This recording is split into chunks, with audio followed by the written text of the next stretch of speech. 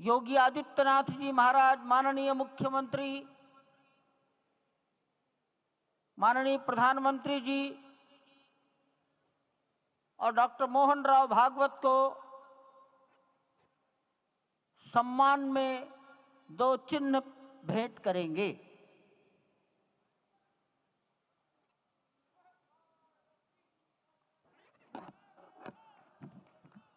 ये राम जन्मभूमि मंदिर के चांदी के 2 बड़े मॉडल हैं।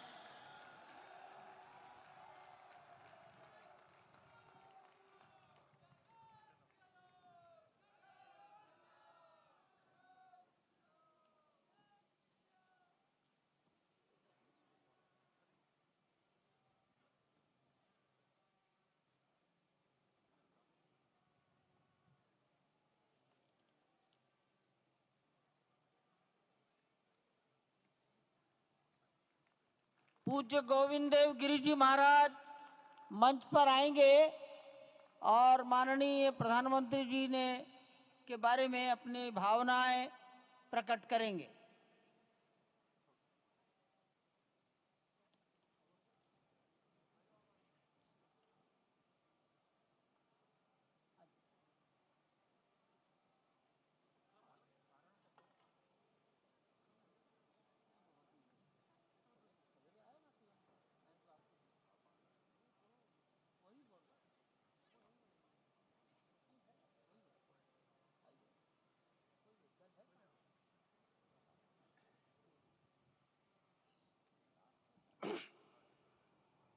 आपदामपहर्तारं दातारं सर्वसंपदां लोकाभिरामं श्रीरामं भूयो भूयो नमाम्यहम्।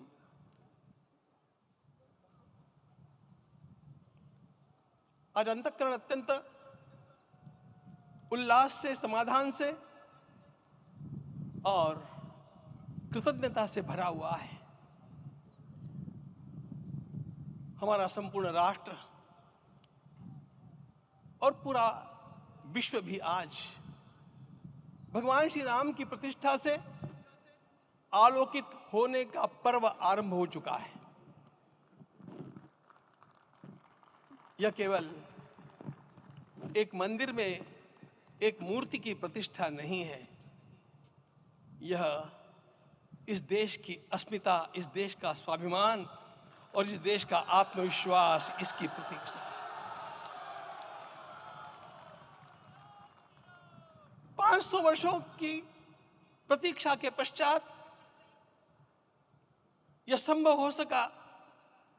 इसके जो अनेक कारण हैं, उनके ऊपर तो आलोक हमारे सारे सम्माननीय अभ्यागत डालेंगे ही। मैं केवल एक काम के लिए यहां पर खड़ा हूं, छोटा सा काम। कारण तो अनेक होते हैं, लेकिन अनेक कारण मिलते मिलते आखिर वे एक विशिष्ट स्तर तक पहुंच जाते हैं और उस स्तर पर कोई महापुरुष हम लोगों को उपलब्ध होता है और उस विभूति के कारण युग परिवर्तित हो जाता है। इस प्रकार का परिवर्तन लाने के लिए अपने जीवन को साधना पड़ता है और इस प्रकार जीवन साधने वाले हमारे इस देश की परंपरा के अनेक महान रत्नों में आज हम लोगों को समय की आवश्यकता, युग की आवश्यकता, सनातन के अंतःकरण की आवश्यकता के रूप में हमारे सम्माननीय प्रधानमंत्री जी प्राप्त हुए हैं।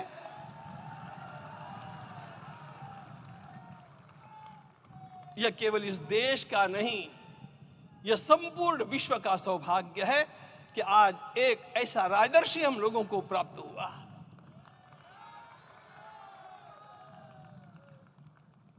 आपके मंगल हाथों से आज प्रतिष्ठा होने की बात थी, वह स्वाभाविक भी था, वो होना ही था मित्रों।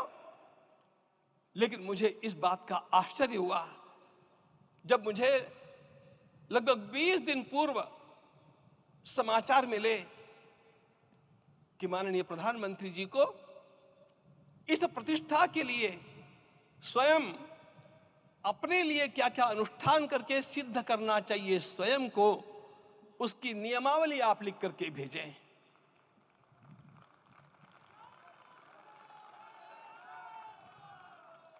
जिस प्रकार का हमारे देश का राजनीतिक माहौल है, कोई भी आकर के किसी भी समय कुछ भी कर्म करके चला जाता है, वो उद्घाटन हो चाहे पौधारोपण हो चाहे कुछ भी हो, लेकिन उसके लिए मैं अपने को सिद्ध करूं, इस प्रकार की भावना कहां होती है?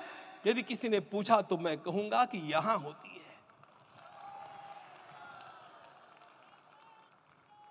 भगवान श्री राम की प्रतिष्ठा करनी है। भारतीय जीवनादर्शों के सर्वोच्च आदर्श भगवान श्री राम है, और इन समस्त जीवनादर्शों की प्रतिष्ठा करने के समान ही यहां की प्रतिष्ठा रही है।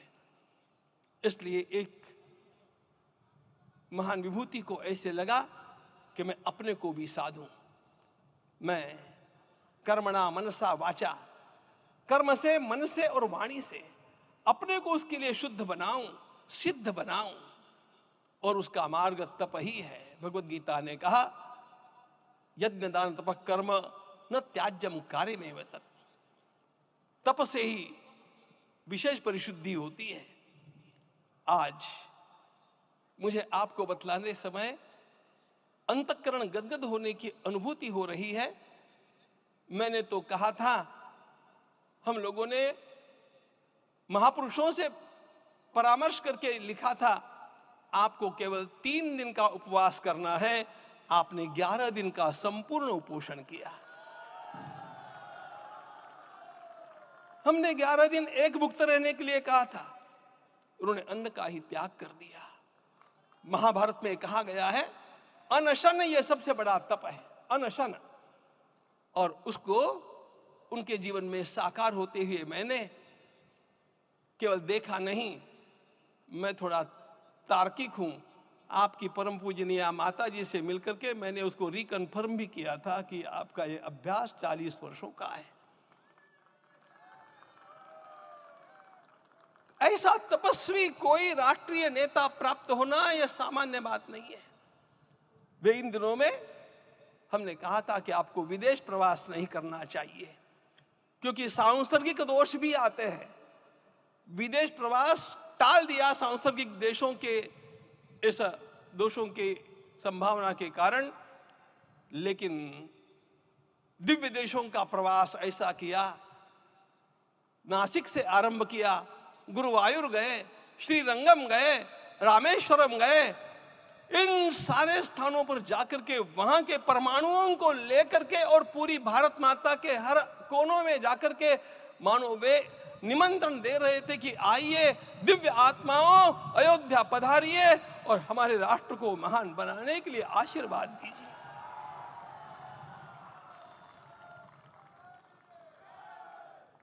हमने केवल कहा था 3 दिनों तक आपको भूमि शयन करना चाहिए।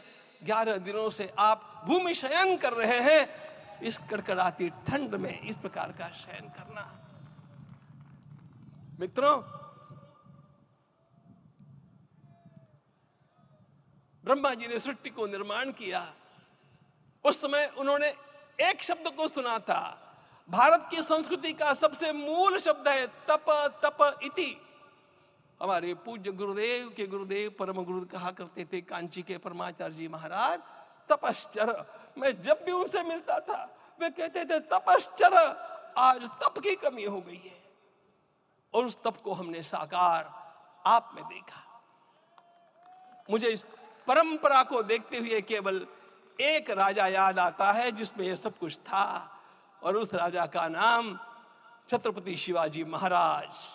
छत्रपति शिवाजी महाराज। मित्रों, लोगों को पता नहीं है शायद,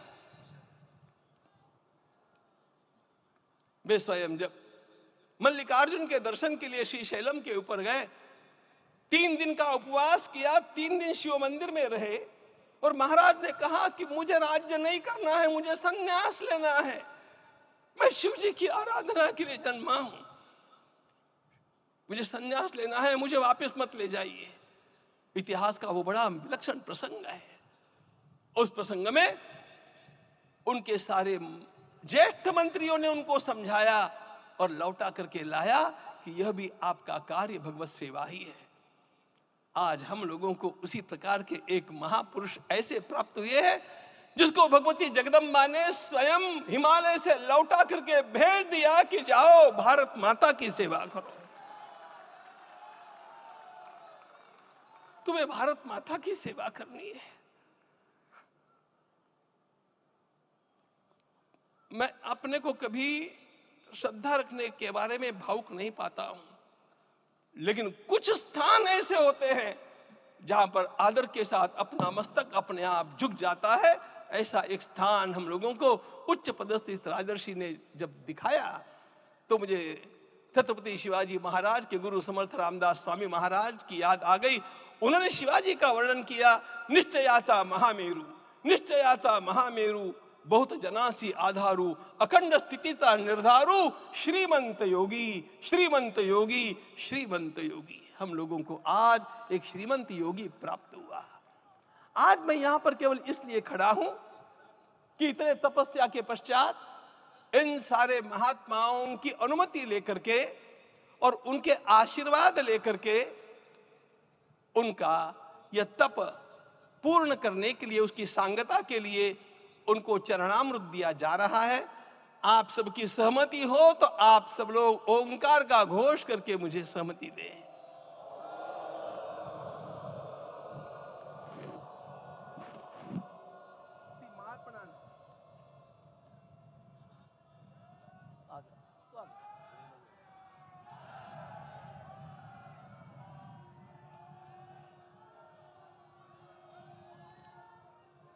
अपना उपवास पूर्ण कर रहे हैं माननीय प्रधानमंत्री जी।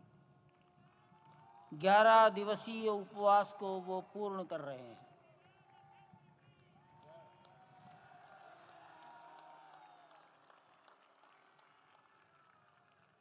मैं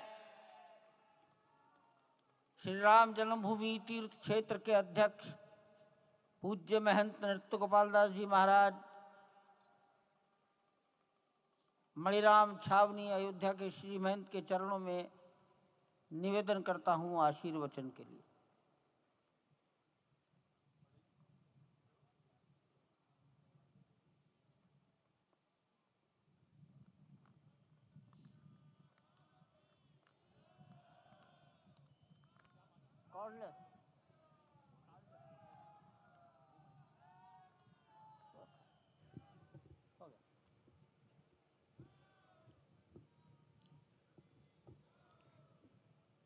श्री सीताराम जी महाराज की जय।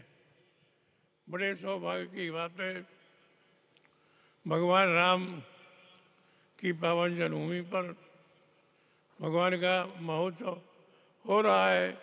इससे बढ़कर के और क्या बात हो सकती है। वास्तव में भगवान की लीला ऐसी है, इसका वर्णन नहीं किया जा सकता है।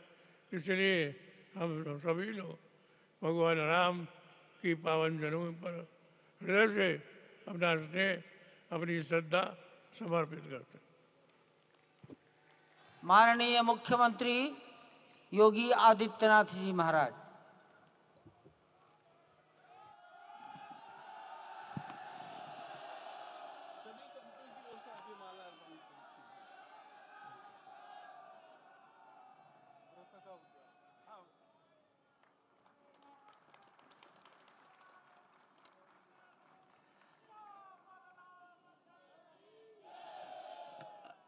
रामाय रामभद्राय रामचंद्राय वेदसे रघुनाथाय नाथाय सीताय पतिये नमः।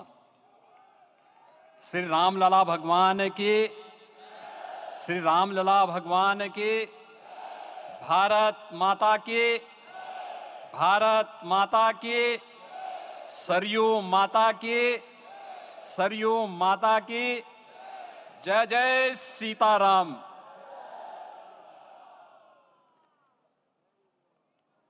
रामोत्सव के आज के इस कार्यक्रम के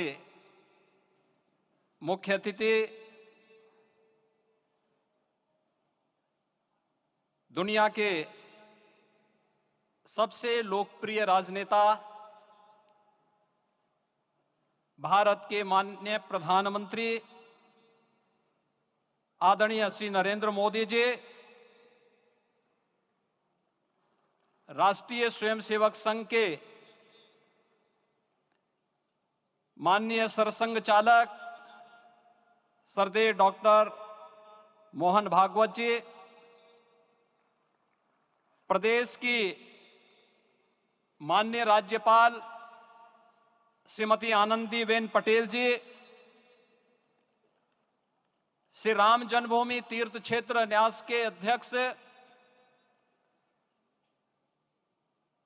पूज्य महंत नृत्य गोपाल दास जी,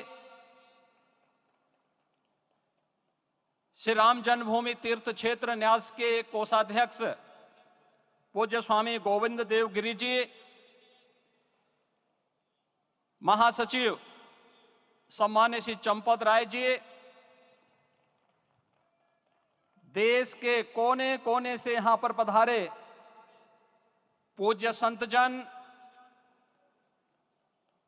अपने अपने क्षेत्र के नेतृत्व देने वाले सभी उपस्थित महानुभाव,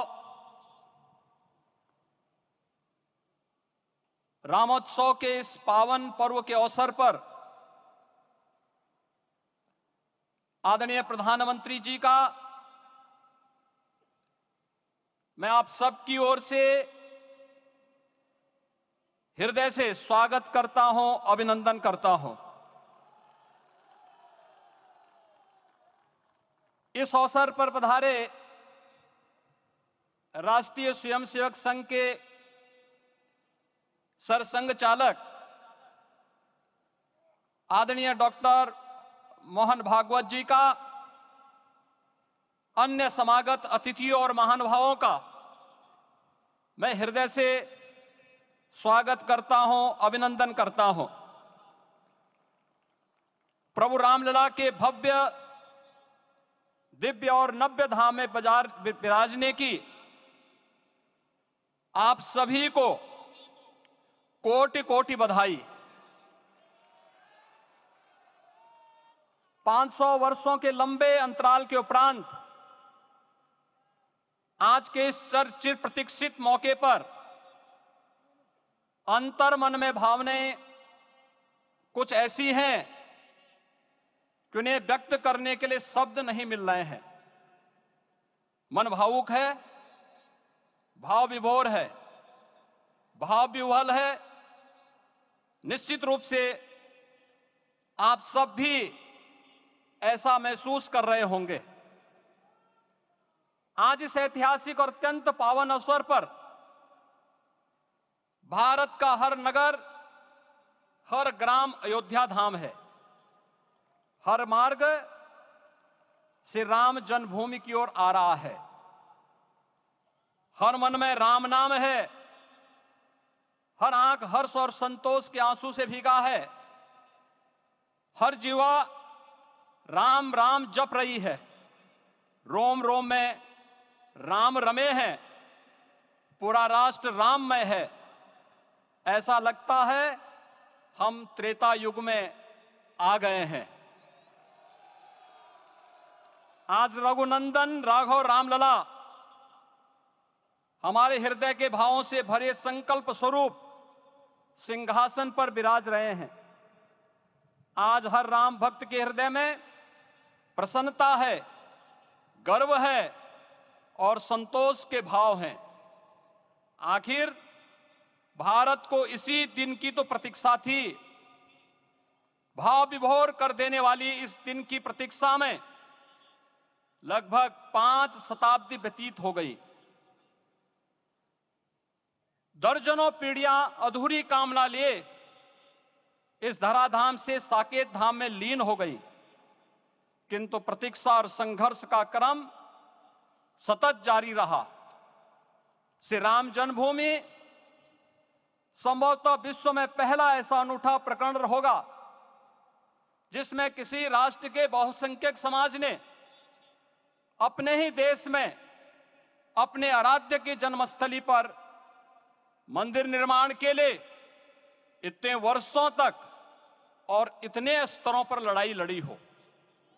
संतों, सन्यासियों, पुजारियों, नागाओं, निहंगों, बुद्धिजीवियों, राजनेताओं, जनजातियों सहित समाज के हर वर्ग ने जाति पाति, विचार दर्शन, उपासना पद्धति से ऊपर उठ करके राम काज के लिए स्वयं को उत्सर्ग किया। अंततः वह शुभ अवसर आ ही गया जब कोटि कोटि आस्थावानों के त्याग और तप को पूर्णता प्राप्त हो रही है। आज आत्मा प्रफुल्लित है इस बात से कि मंदिर वही बना है जहां बनाने का संकल्प लिया था। संकल्प और साधना की सिद्धि के लिए हमारी प्रतीक्षा की इस समाप्ति के लिए और संकल्प की पूर्णता के लिए आदरणीय प्रधानमंत्री श्री नरेंद्र मोदी जी का हृदय से आभार और अभिनंदन। माननीय प्रधानमंत्री जी, 2014 में आपके आगमन के साथ ही भारतीय जनमानस कह उठा था कि मोरे जिय भरोस दृढ़ सोई, मिलहि राम सगुन शुभ होई। अभी गर्भगृह में वैदिक विधि विधान से रामलला के बाल विग्रह के प्राण प्रतिष्ठा को हम सब साक्षी बने हैं। अलौकिक छवि है हमारे प्रभु की, बिल्कुल वैसे ही जैसे तुलसीदास जी ने कहा कि नव कंज लोचन कंज मुख कर कंज पद कंजारुणम। धन्य है वह शिल्पी जिसने हमारे मन में बसे राम की छवि को मूर्त रूप प्रदान किया है। विचारों और भावनाओं की विहलता के बीच मुझे पूज्य संतों और अपनी गुरु परंपरा का पुण्य स्मरण हो रहा है। आज उनकी आत्मा को असीम संतोष और आनंद की अनुभूति हो रही होगी। जिन परंपराओं की पीढ़ियां श्री राम जन्मभूमि मुक्ति में अपनी आहुति दे चुकी है, उनकी पावन स्मृतियों को मैं यहां पर कोटि कोटि नमन करता हूं। श्री राम जन्मभूमि महायज्ञ न केवल सनातन आस्था और विश्वास की परीक्षा का काल रहा, बल्कि संपूर्ण भारत को एकात्मता के सूत्र में बांधने के लिए राष्ट्र की सामूहिक चेतना जागरण के ध्येय में भी सफल सिद्ध हुआ है।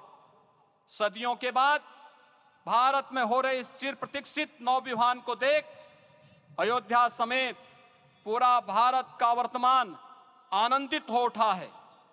भाग्यवान है हमारी पीढ़ी जो इस राम काज के साक्षी बन रहे हैं, और उससे भी बड़भागी हैं वो जिन्होंने सर्वस्व इस राम काज के लिए समर्पित किया है और करते चले जा रहे हैं। जिस अयोध्या को अवनी की अमरावती और धरती का वैकुंठ कहा गया, वह सदियों तक अभिषिप्त थी, उपेक्षित रही, सुनियोजित तिरस्कार झेलती रही। अपनी ही भूमि पर सनातन आस्था पद्दलित होती रही, चोटिल होती रही, किंतु राम का जीवन हमें संयम की शिक्षा देता है और भारतीय समाज ने संयम बनाए रखा। लेकिन हर एक दिन के साथ ही हमारा संकल्प और भी दृढ़ होता गया, और आज देखिए पूरी दुनिया अयोध्या के वैभव को निभा रही है। हर कोई अयोध्या आने को आतुर है। आज अयोध्या में त्रेतायुगीन वैभव उतर आया है, दिख रहा है। यह धर्मनगरी विश्व की सांस्कृतिक राजधानी के रूप में प्रतिष्ठित हो रही है। पूरा विश्व दिव्य और भव्य अयोध्या का साक्षात्कार कर रहा है। आज जिस सुनियोजित एवं तीव्र गति से अयोध्यापुरी का विकास हो रहा है, वह प्रधानमंत्री जी के दृढ़ संकल्प, इच्छा शक्ति और दूरदर्शिता के बिना संभव नहीं था। कुछ वर्ष पहले कल्पना से परे था कि अयोध्या में एयरपोर्ट होगा, यहां के नगर के भीतर 4 लेन की सड़कें होंगी, सरयू जी में क्रूज चलेंगे, अयोध्या की खोई गरिमा वापस आएगी। लेकिन मित्रों, डबल इंजन की सरकार के प्रयास से आज आप सबके सहयोग से सब साकार हुआ है। सांस्कृतिक अयोध्या, आयुष्मान अयोध्या, स्वच्छ अयोध्या, सक्षम अयोध्या, सुरम्य अयोध्या, सुगम्य अयोध्या, दिव्य अयोध्या और भव्य अयोध्या के रूप में पुनरुद्धार के लिए हजारों करोड़ रुपए वर्तमान में यहां पर भौतिक विकास के लिए लग रहे हैं। राम जी की पेड़ी, नया घाट, गुप्तार घाट, ब्रह्मकुंड, भरत कुंड, सूरज कुंड, विभिन्न कुंडों के कायाकल्प, संरक्षण, संचालन, रखरखाव के कार्य हो रहे हैं। रामायण परंपरा की कल्चरल मैपिंग कराई जा रही है। राम वनगमन पथ पर रामायण वीथिका का निर्माण हो रहा है। नई अयोध्या में पुरातन संस्कृति और सभ्यता को संरक्षण तो हो ही रहा है, भविष्य की जरूरतों को देखते हुए आधुनिक पैमाने के अनुसार सभी नगरीय सुविधाएं भी विकसित हो रही हैं। इस मोक्षदायिनी नगरी को आदरणीय प्रधानमंत्री जी की प्रेरणा से अब सोलर सिटी के रूप में भी विकसित किया जा रहा है। पूरी अयोध्या में विश्व के सनातन आस्थावानों, संतों, पर्यटकों, शोधार्थियों, जिज्ञासुओं के प्रमुख केंद्र के रूप में इसे बनाने की ओर से अग्रसर किया जा रहा है। यह एक नगर या तीर्थ भर का विकास नहीं है, यह उस विश्वास की विजय है जिसे सत्यमेव जयते के रूप में भारत के राज चिन्ह में अंगीकार किया गया है। यह लोक आस्था और जन विश्वास का विजय है, भारत के गौरव की पुनर्प्रतिष्ठा है। अयोध्या का दिव्य दीपोत्सव नए भारत की सांस्कृतिक पहचान बन रहा है और श्री रामलला की प्राण प्रतिष्ठा का समारोह भारत की सांस्कृतिक अंतरात्मा को समरस की एक अभिव्यक्ति सिद्ध कर रहा है। श्री राम जन्मभूमि मंदिर की स्थापना भारत के सांस्कृतिक पुनर्जागरण का आध्यात्मिक अनुष्ठान है। यह राष्ट्र मंदिर है। निसंदेह श्री रामलला विग्रह की प्राण प्रतिष्ठा राष्ट्रीय गौरव का एक ऐतिहासिक अवसर है। निश्चिंत रहिए, प्रभु राम की कृपा से अब कोई अयोध्या की परिक्रमा में बाधा नहीं बन पाएगा। अयोध्या की गलियों में अब गोलियों की गड़गड़ाहट नहीं होगी, कर्फ्यू नहीं लगेगा। अपितु यहां दीपोत्सव, रामोत्सव और यहां की गलियों में श्री राम नाम संकीर्तन से यहां की गलियां गुंजायमान होंगी, क्योंकि अवधपुरी का मैं रामलला का विराजना राम राज्य की स्थापना की उद्घोषणा भी है। राम राज्य बैठे त्रिलोका, हर्षित भये गए सब शोका। राम राज्य भेदभाव रहित समृद्ध समाज का द्योतक है और हमारे यशस्वी प्रधानमंत्री जी की नीतियों, विचारों और योजनाओं का आधार है। भव्य दिव्य राम जन्मभूमि मंदिर के स्वप्न को साकार रूप देने में योगदान देने वाले सभी वास्तुविदों, अभियंताओं, शिल्पियों और श्री राम जन्मभूमि तीर्थ क्षेत्र न्यास के सभी पदाधिकारियों को हृदय से धन्यवाद। पुनः आप सभी को रामलला के विराजने की इस ऐतिहासिक पुण्य घड़ी की बधाई। आदरणीय प्रधानमंत्री जी, आदरणीय सरसंघ चालक जी, माननीय राज्यपाल महोदया और आप सभी महानुभावों का मैं एक बार फिर से हृदय से स्वागत और अभिनंदन करते हुए हम सब जो संकल्प पूर्वजों ने लिया था उसकी सिद्धि की भी सभी को बधाई देते हुए प्रभु के चरणों में एक बार पुनः नमन करते हुए पूरे प्रदेश और देशवासियों को आज के इस रामोत्सव के अवसर पर कोटि कोटि बधाई और अभिनंदन देते हुए अपनी वाणी को विराम देता हूं। जय जय सीताराम। राष्ट्रीय स्वयंसेवक संघ के सरसंघ चालक डॉक्टर मोहन राव भागवत जी।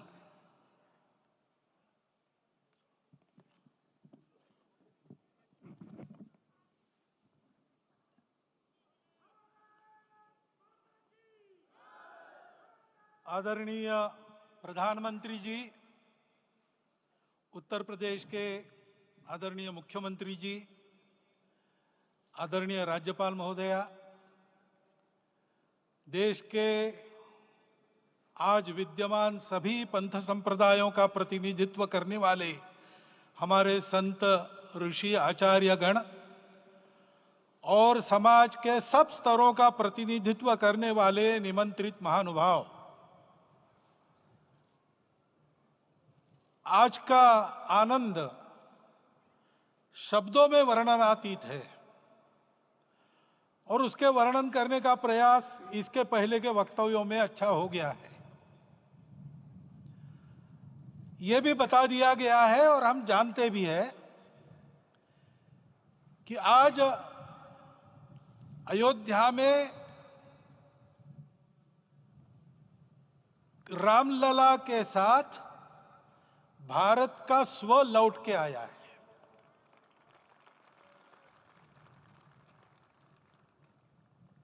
और संपूर्ण विश्व को त्रासदी से राहत देने वाला एक नया भारत खड़ा होके रहेगा, इसका प्रतीक आज का कार्यक्रम बन गया है। ऐसे समय में आपके उत्साह का, आपके आनंद का वर्णन कोई नहीं कर सकता। हम यहां पर अनुभव कर रहे, पूर्ण देश में यही वातावरण है। छोटे छोटे मंदिर के सामने दूरदर्शन पर इस कार्यक्रम को सुनने वाले हमारे समाज के करोड़ों बंधु, वहां पहुंच न पाए ऐसे घर घर के हमारे नागरिक सज्जन, माता भगिनी, सब भाव विभोर है, सब में आनंद है, सब में उत्साह है। और ऐसे समय में जोश की बातों में थोड़ी सी होश की बात करने का काम मुझे ही दिया जाता है। आज हमने सुना कि इस प्राण प्रतिष्ठा महोत्सव में पधारने के पूर्व प्रधानमंत्री जी ने कठोर व्रत रखा। जितना कठोर व्रत रखने को कहा था, उससे कई गुना अधिक कठोर व्रताचरण उन्होंने किया। मेरे पुराना उनसे परिचय है, मैं जानता हूं वो तपस्वी है ही, परंतु वो अकेले तप कर रहे हैं, हम क्या करेंगे। अयोध्या में रामलला आए, अयोध्या से बाहर क्यों गए थे? रामायण में क्यों गए थे बाहर? तो अयोध्या में कलह हुआ। अयोध्या उस पुरी का नाम है जिसमें कोई द्वंद्व नहीं, जिसमें कोई कलह नहीं, जिसमें कोई दुविधा नहीं। वो हुआ 14 वर्ष वनवास में गए। वो सब ठीक होने के बाद दुनिया के कलह को मिटा के वापिस आए। आज रामलला वापस फिर से आए हैं 500 साल के बाद। जिनके त्याग, तपस्या, प्रयासों से ये सोने का दिन आज हम देख रहे, सुवर्ण दिवस देख रहे, उनका स्मरण प्राण प्रतिष्ठा के संकल्प में हम लोगों ने कहा, आपने सुना होगा, स्मरण किया। उनकी तपस्या को, उनके त्याग को, उनके परिश्रम को शत बार, सहस्त्र बार, कोटि बार नमन है। रामलला के यहां इस युग में आज के दिन फिर वापस आने का इतिहास जो जो श्रवण करेगा वो राष्ट्र के लिए कर्मप्रवण होगा और उसके राष्ट्र का सब दुख दैन्य हरण होगा।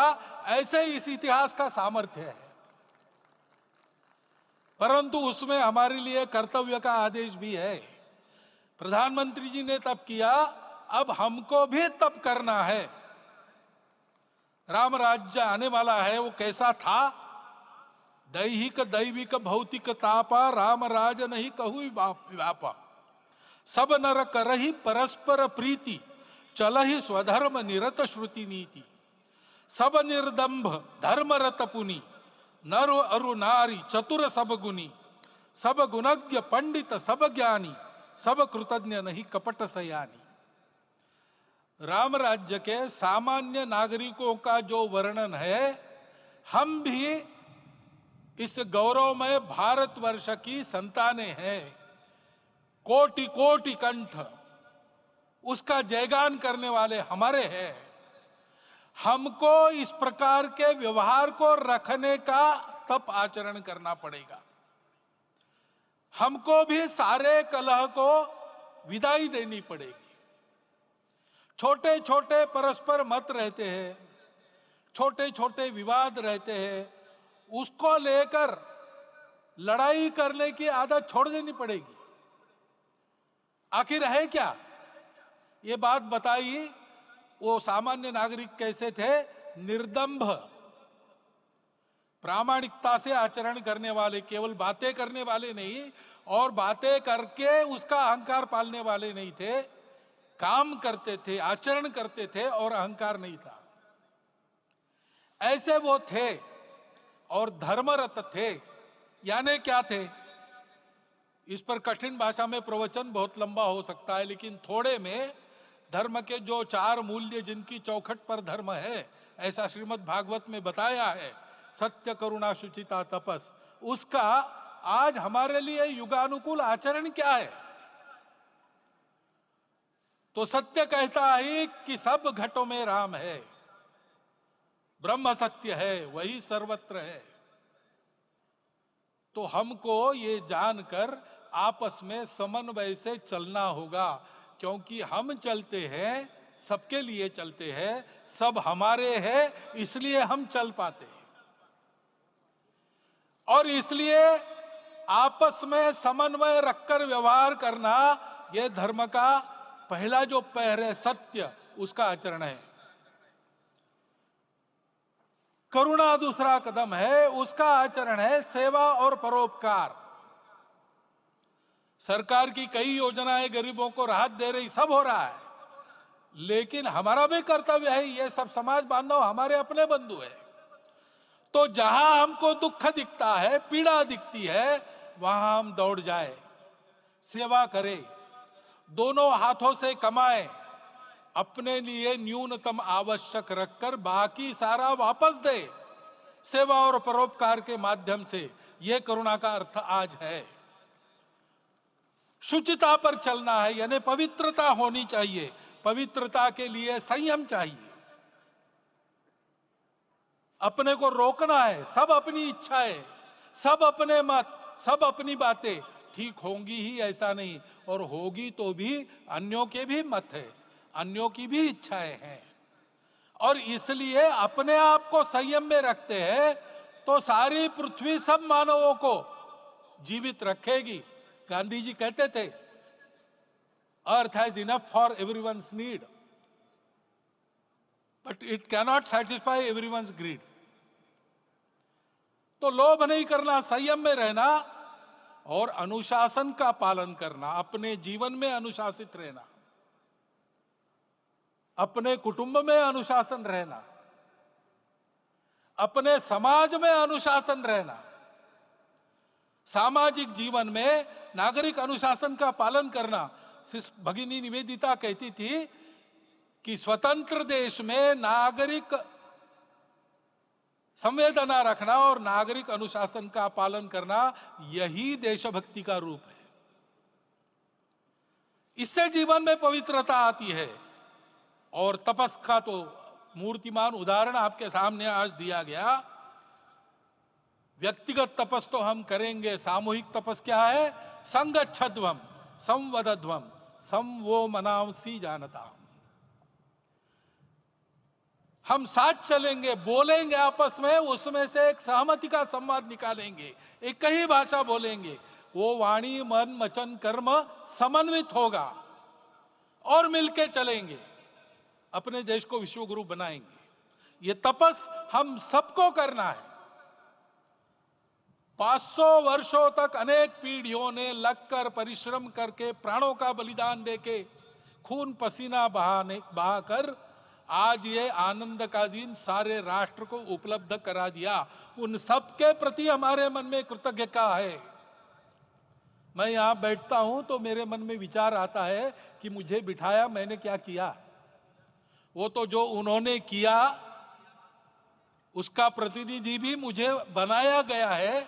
उस प्रतिनिधि के नाते मैं ये अवदान स्वीकार करता हूं और उन्हीं को अर्पण करता हूं।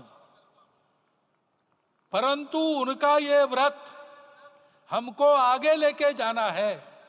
जिस धर्म स्थापना विश्व में करने के लिए राम का अवतार हुआ था, उस धर्म स्थापना को अनुकूल स्थिति अपने आचरण में अपने देश में उत्पन्न करना, यह अपना कर्तव्य बनता है। रामलला आए हैं हमारे मन को आह्लादित करने के लिए, उत्साही करने के लिए, प्रेरणा देने के लिए, साथ साथ इस कर्तव्य की याद दिलाकर उसमें कृति प्रवण करने के लिए आए हैं। उनका आदेश सर पे लेके हम यहां से जाए। सब लोग तो यहां आ नहीं सके, लेकिन वो सुन रहे, देख रहे। अभी इसी क्षण से इस व्रत का पालन हम करेंगे तो मंदिर निर्माण पूरे होते होते विश्व गुरु भारत का निर्माण भी पूरा हो जाएगा। इतनी क्षमता हम सबकी है। इसका मैं एक बार स्मरण देता हूं, आप सबको धन्यवाद देता हूं और मेरे 4 शब्द समाप्त करता हूं। भारत के यशस्वी प्रधानमंत्री माननीय नरेंद्र भाई मोदी जी अपने मनोभाव प्रकट करेंगे।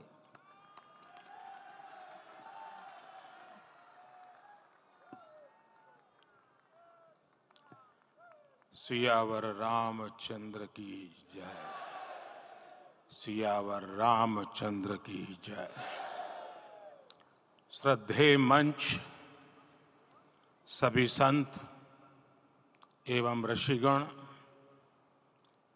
यहां उपस्थित और विश्व के कोने कोने में हम सबसे साथ जुड़े हुए सभी राम भक्त, आप सबको प्रणाम, आप सबको राम राम।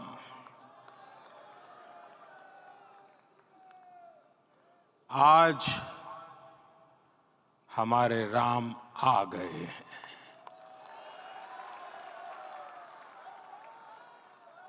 सदियों की प्रतीक्षा के बाद हमारे राम आ गए हैं। सदियों का अभूतपूर्व धैर्य, अनगिनत बलिदान, त्याग और तपस्या के बाद हमारे प्रभु राम आ गए हैं। इस शुभ घड़ी की आप सभी को, समस्त देशवासियों को बहुत बहुत बधाई। मैं अभी गर्भगृह में ईश्वरीय चेतना का साक्षी बनकर आपके सामने उपस्थित हुआ हूं। कितना कुछ कहने को है, लेकिन कंठ अवरुद्ध है। मेरा शरीर अभी भी स्पंदित है, चित्त अभी भी उस पल में लीन है।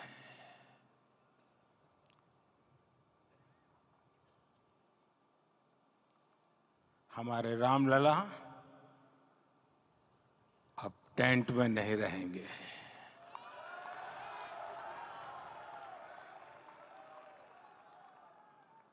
हमारे रामलला अब इस दिव्य मंदिर में रहेंगे। मेरा पक्का विश्वास है, अपार श्रद्धा है कि जो घटित हुआ है, इसकी अनुभूति देश के, विश्व के कोने कोने में राम भक्तों को हो रही होगी। ये क्षण अलौकिक है, ये पल पवित्रतम है। ये माहौल, ये वातावरण, ये ऊर्जा, ये घड़ी प्रभु श्री राम का हम सब पर आशीर्वाद है। 22 जनवरी 2024 का ये सूरज एक अद्भुत आभा लेकर आया है। 22 जनवरी 2024 ये कैलेंडर पर लिखी एक तारीख नहीं, ये एक नए काल चक्र का उद्गम है।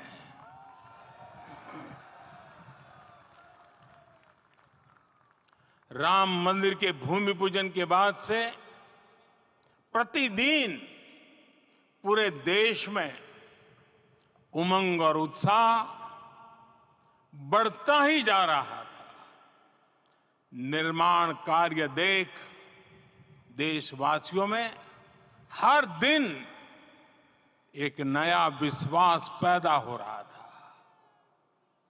आज हमें सदियों के उस धैर्य की धरोहर मिली है।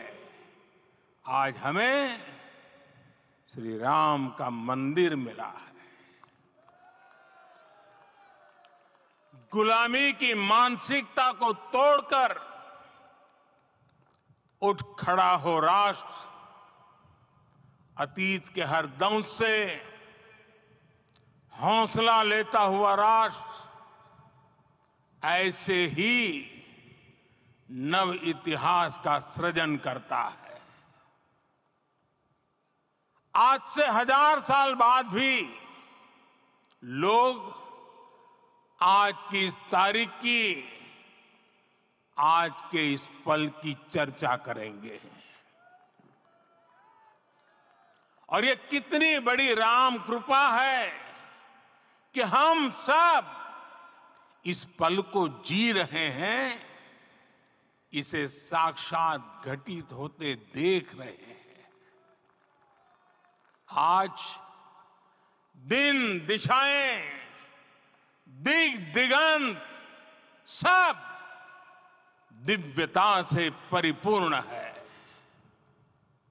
ये समय सामान्य समय नहीं है।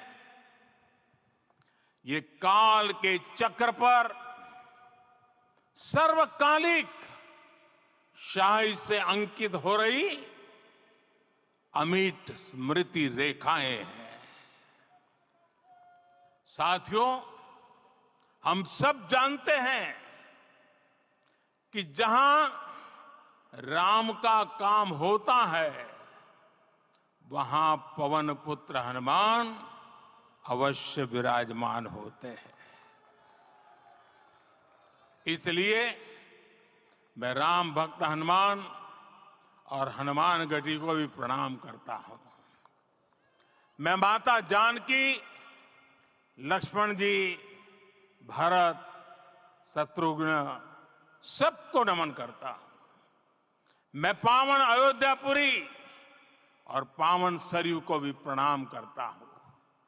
मैं इस पल दैवीय अनुभव कर रहा हूं कि जिनके आशीर्वाद से ये महान कार्य पूरा हुआ है।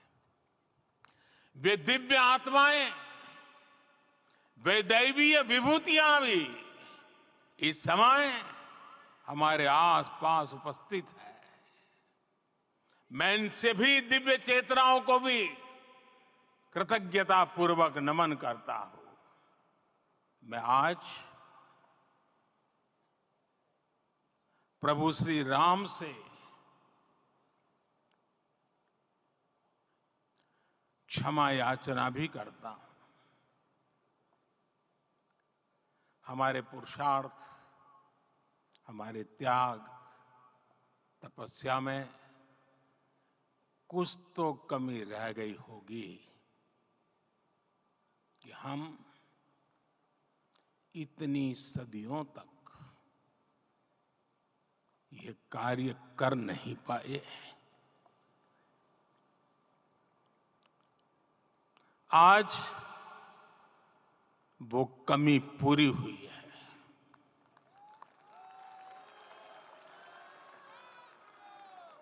मुझे विश्वास है प्रभु राम आज हमें अवश्य क्षमा करेंगे। मेरे प्यारे देशवासियों, त्रेता में राम आगमन पर पूज्य संत तुलसीदास जी ने लिखा है, प्रभु बिलो की हर से पुरबासी, जनित वियोग विपत्ति सबनासी। अर्थात प्रभु का आगमन देकर ही सब अयोध्यावासी, समग्र देशवासी हर्ष से भर गए। लंबे वियोग से जो आपत्ति आई थी उसका अंत हो गया। उस कालखंड में तो वो वियोग केवल 14 वर्षों का था, तब भी इतना असह्य था। इस युग में तो अयोध्या और देशवासियों ने सैकड़ों वर्षों का वियोग सहा है। हमारी कई कई पीढ़ियों ने वियोग सहा है। भारत के तो संविधान में उसकी पहली प्रति में भगवान राम विराजमान है। संविधान के अस्तित्व में आने के बाद भी दशकों तक प्रभु श्री राम के अस्तित्व को लेकर कानूनी लड़ाई चली। मैं आभार व्यक्त करूंगा भारत की न्यायपालिका का, जिसने न्याय की लाज रख ली।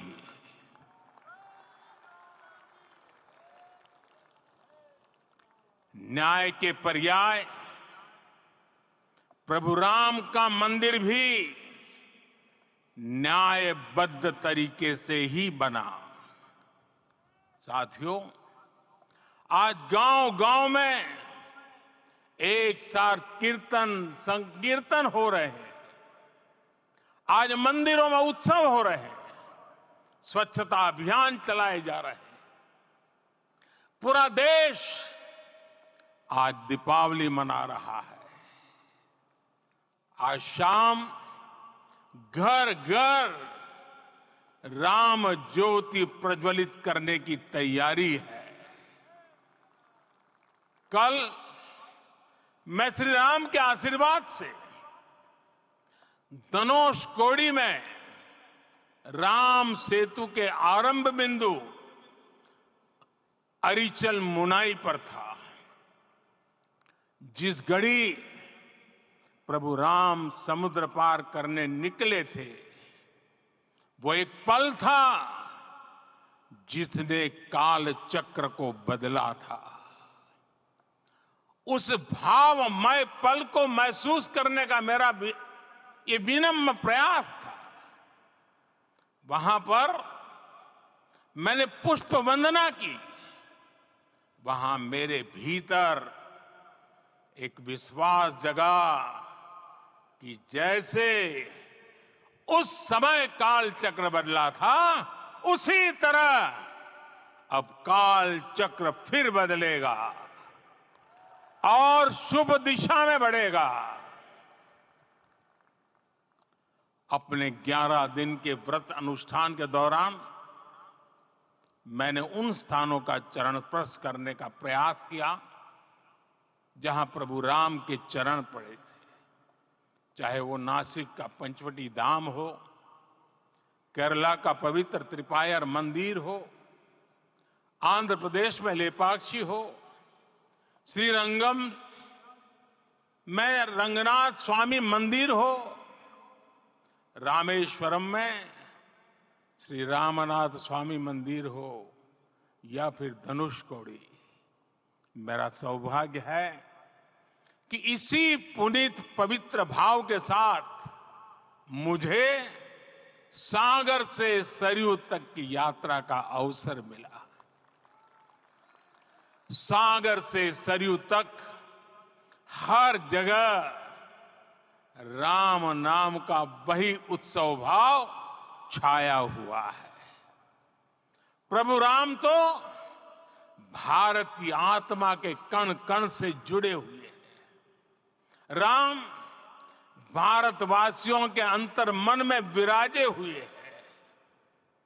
हम भारत में कहीं भी किसी की अंतरात्मा को छुएंगे तो इस एकत्व की अनुभूति होगी और यही भाव सब जगह मिलेगा।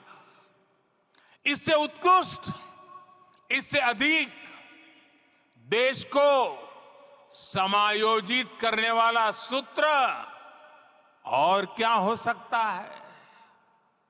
मेरे प्यारे देशवासियों, मुझे देश के कोने कोने में अलग अलग भाषाओं में रामायण सुनने का अवसर मिला है, लेकिन विशेषकर पिछले 11 दिनों में रामायण अलग अलग भाषा में अलग राज्यों से मुझे विशेष रूप से सुनने का मौका मिला। राम को परिभाषित करते हुए ऋषियों ने कहा है, रमन्ते यस्मिन् इति रामः, अर्थात जिसमें रम जाए वही राम है।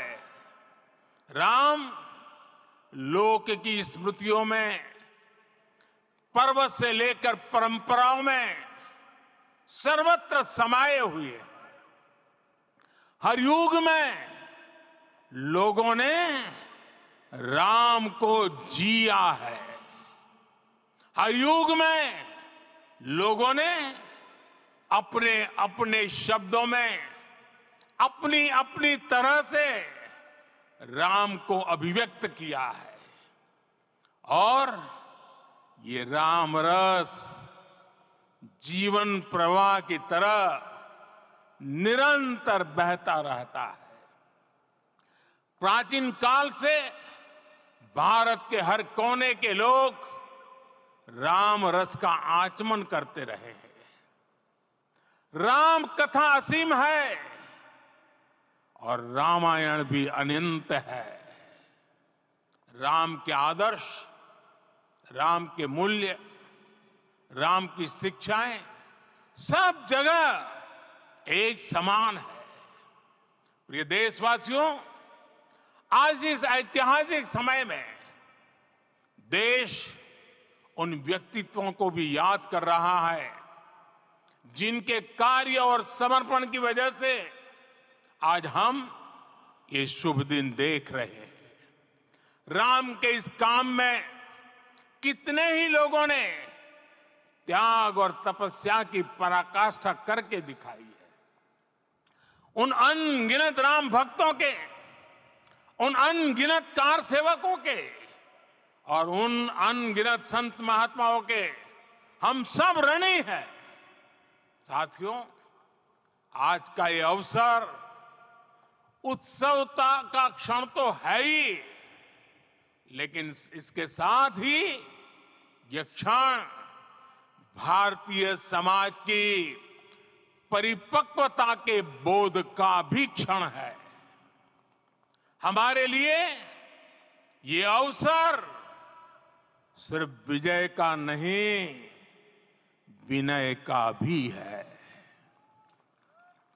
दुनिया का इतिहास साक्षी है कि कई राष्ट्र अपने ही इतिहास में उलझ जाते हैं। ऐसे देशों ने जब भी अपने इतिहास की उलझी हुई गांठों को खोलने का प्रयास किया, उन्हें सफलता पाने में बहुत कठिनाई आई, बल्कि कई बार तो पहले से ज्यादा मुश्किल परिस्थितियां बन गई। लेकिन हमारे देश ने इतिहास की इस गांठ को जिस गंभीरता और भावुकता के साथ खोला है, वो ये बताती है कि हमारा भविष्य हमारे अतीत से बहुत सुंदर होने जा रहा है। वो भी एक समय था जब कुछ लोग कहते थे कि राम मंदिर बना तो आग लग जाएगी। ऐसे लोग भारत के सामाजिक भाव की पवित्रता को नहीं जान पाए। रामलला के इस मंदिर का निर्माण भारतीय समाज के शांति, धैर्य, आपसी सद्भाव और समन्वय का भी प्रतीक है। हम देख रहे हैं ये निर्माण किसी आग को नहीं बल्कि ऊर्जा को जन्म दे रहा है। राम मंदिर समाज के हर वर्ग को एक उज्जवल भविष्य के पथ पर बढ़ने की प्रेरणा लेकर आया है। मैं आज उन लोगों से आह्वान करूंगा, आइए आप महसूस कीजिए, अपनी सोच पर पुनर्विचार कीजिए। राम आग नहीं है, राम ऊर्जा है। राम विवाद नहीं, राम समाधान है। राम सिर्फ हमारे नहीं है, राम तो सबके हैं। राम वर्तमान नहीं, सिर्फ वर्तमान ही नहीं, राम अनंत काल है। साथियों, आज जिस तरह राम मंदिर प्राण प्रतिष्ठा के इस आयोजन से पूरा विश्व जुड़ा हुआ है, उसमें राम की सर्वव्यापकता के दर्शन हो रहे हैं। जैसा उत्सव भारत में है, वैसा ही अनेक देशों में है। आज अयोध्या का यह उत्सव रामायण की उन वैश्विक परंपराओं का भी उत्सव बना है। रामलला की ये प्रतिष्ठा वसुधैव कुटुंबकम के विचार की भी प्रतिष्ठा है। साथियों, आज अयोध्या में केवल श्री राम के विग्रह रूप की प्राण प्रतिष्ठा नहीं हुई है, ये श्री राम के रूप में साक्षात भारतीय संस्कृति के प्रति अटूट विश्वास की भी प्राण प्रतिष्ठा है।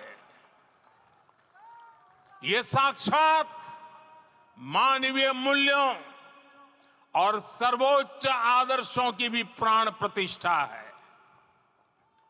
इन मूल्यों की, इन आदर्शों की आवश्यकता आज संपूर्ण विश्व को है। सर्वे भवन्तु सुखिनः, ये संकल्प हम सदियों से दोहराते आए हैं। आज उसी संकल्प को राम मंदिर के रूप में साक्षात आकार मिला है। ये मंदिर मात्र एक देव मंदिर नहीं है, ये भारत की दृष्टि का, भारत के दर्शन का, भारत के दिग्दर्शन का मंदिर है। ये राम के रूप में राष्ट्र चेतना का मंदिर है। राम भारत की आस्था है, राम भारत का आधार है, राम भारत का विचार है, राम भारत का विधान है, राम भारत की चेतना है, राम भारत का चिंतन है, राम भारत की प्रतिष्ठा है, राम भारत का प्रताप है, राम प्रवाह है, राम प्रभाव है, राम नेति भी है, राम नीति भी है, राम नित्यता भी है, राम निरंतरता भी है, राम विभु है, विशद है, राम व्यापक है, विश्व है, विश्वात्मा है। और इसलिए जब राम की प्रतिष्ठा होती है तो उसका प्रभाव वर्षों या शताब्दियों तक ही नहीं होता, उसका प्रभाव हजारों वर्षों के लिए होता है। महर्षि वाल्मीकि ने कहा है, राज्यम 10 सहस्त्राणि प्राप्य वर्षाणि राघव, अर्थात राम 10,000 वर्षों के लिए राज्य पर प्रतिष्ठित हुए, यानी हजारों वर्षों के लिए राम राज्य स्थापित हुआ। जब त्रेता में राम आए थे तब हजारों वर्षों के लिए राम राज्य की स्थापना हुई थी। हजारों वर्षों तक राम विश्व पथ प्रदर्शन करते रहे थे। और इसलिए मेरे प्यारे देशवासियों, आज अयोध्या भूमि हम सभी से, प्रत्येक राम भक्त से, प्रत्येक भारतीय से कुछ सवाल कर रही है। श्री राम का भव्य मंदिर तो बन गया, अब आगे क्या? सदियों का इंतजार तो खत्म हो गया, अब आगे क्या? आज के इस अवसर पर जो दैवीय आत्माएं हमें आशीर्वाद देने के लिए उपस्थित हुई हैं, हमें देख रही हैं, उन्हें क्या हम ऐसे ही विदा करेंगे? नहीं, कदापि नहीं। आज मैं पूरे पवित्र मन से महसूस कर रहा हूं कि काल चक्र बदल रहा है।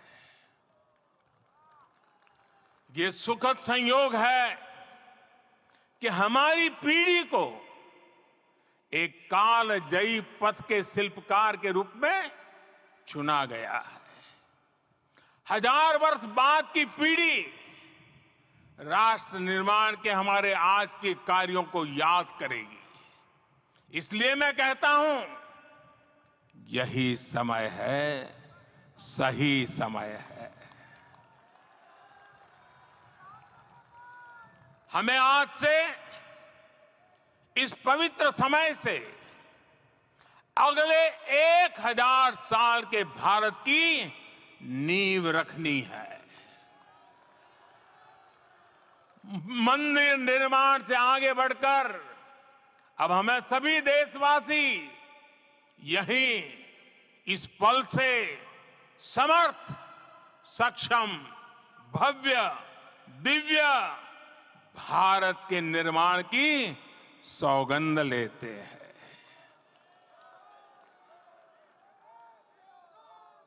राम के विचार मानस के साथ ही जनमानस में भी हो, यही राष्ट्र निर्माण की सीढ़ी है।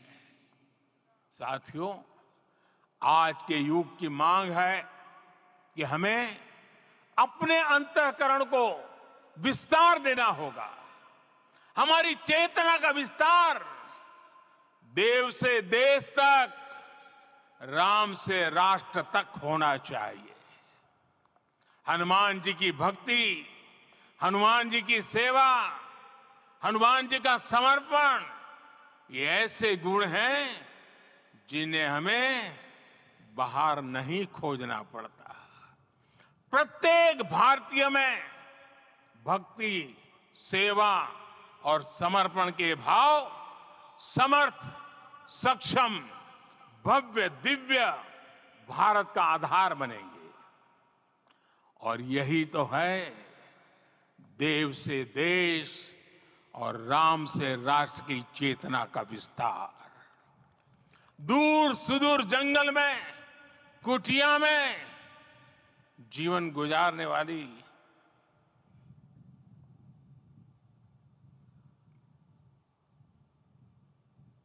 मेरी आदिवासी मां शबरी का ध्यान आते ही अप्रतिम विश्वास जागृत होता है। मां शबरी तो कब से कहती थी, राम आएंगे।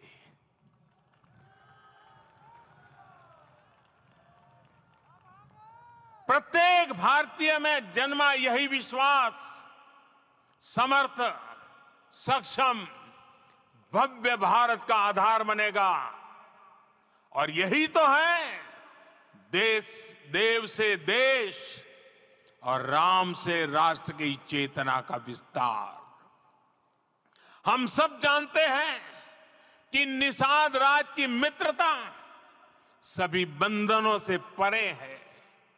निषाद राज का राम के प्रति सम्मोहन, प्रभु राम का निषाद राज के लिए अपनापन कितना मौलिक है।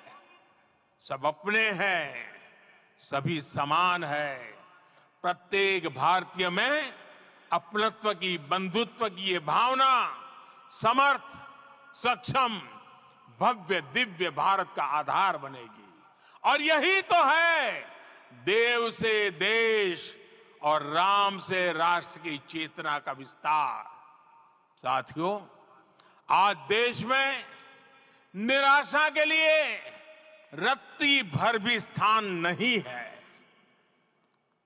मैं तो बहुत सामान्य हूं, मैं तो बहुत छोटा हूं, अगर कोई ये सोचता है तो उसे गिलहरी के योगदान को याद करना चाहिए। गिलहरी का स्मरण ही हमें हमारी इस हिचक को दूर करेगा, हमें सिखाएगा कि छोटे बड़े हर प्रयास की अपनी ताकत होती है, अपना योगदान होता है। और सबके प्रयास की यही भावना समर्थ, सक्षम, भव्य, दिव्य भारत का आधार बनेगी।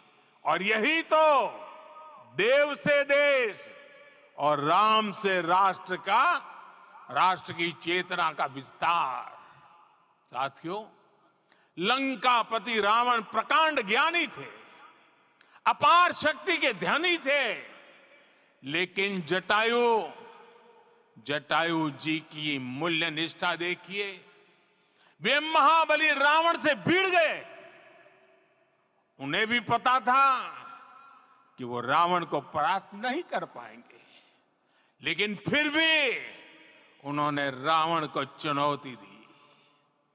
कर्तव्य की यही पराकाष्ठा समर्थ, सक्षम, भव्य, दिव्य भारत का आधार है। और यही तो है देव से देश और राम से राष्ट्र की चेतना का विस्तार। आइए हम संकल्प लें कि राष्ट्र निर्माण के लिए हम अपने जीवन का पल पल लगा देंगे। राम काज से राष्ट्र काज, समय का पल पल, शरीर का कण कण राम समर्पण को राष्ट्र समर्पण के ध्येय से जोड़ देंगे। मेरे देशवासियों, प्रभु श्री राम की हमारी पूजा विशेष होनी चाहिए। ये पूजा स्व से ऊपर उठ करके समष्टि के लिए होनी चाहिए। ये पूजा अहम से उठकर वयम के लिए होनी चाहिए। प्रभु को जो भोग चढ़ेगा वो विकसित भारत के लिए हमारे परिश्रम की पराकाष्ठा का प्रसाद भी होगा।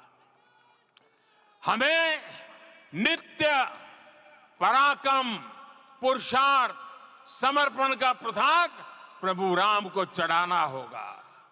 इनसे नित्य प्रभु राम की पूजा करनी होगी, तब हम भारत को वैभवशाली और विकसित बना पाएंगे। मेरे प्यारे देशवासियों, ये भारत के विकास का अमृत काल है। आज भारत युवा शक्ति की पूंजी से भरा हुआ है, ऊर्जा से भरा हुआ है। ऐसी सकारात्मक परिस्थितियां फिर न जाने कितने समय बाद बनेगी। हमें अब चूकना नहीं है, हमें अब बैठना नहीं है।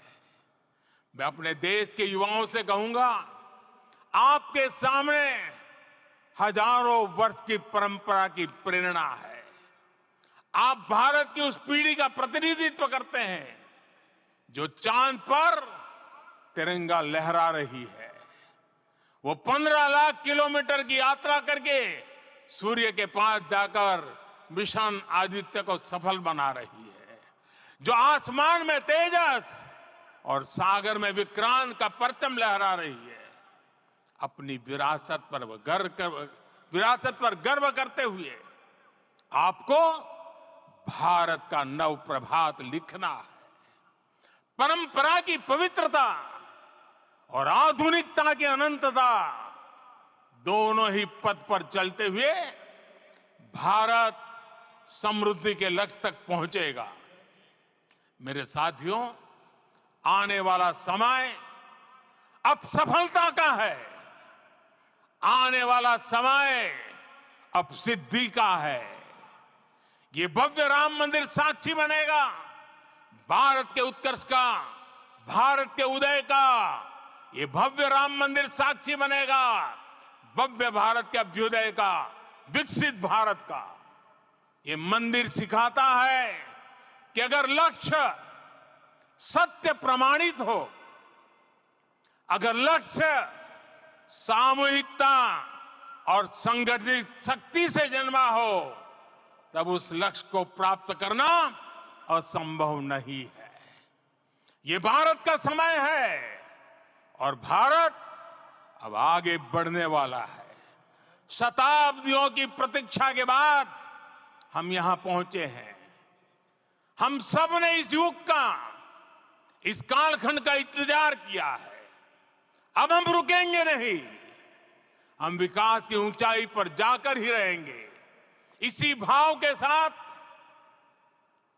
रामलला के चरणों में प्रणाम करते हुए आप सभी को बहुत बहुत शुभकामनाएं। सभी संतों के चरणों में मेरे प्रणाम। सियावर रामचंद्र की, सियावर रामचंद्र की, सियावर रामचंद्र की।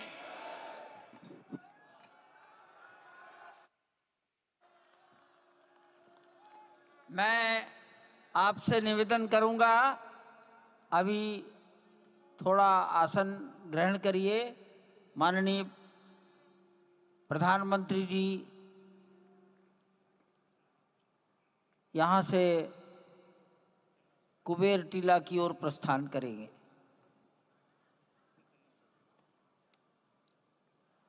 माननीय प्रधानमंत्री जी के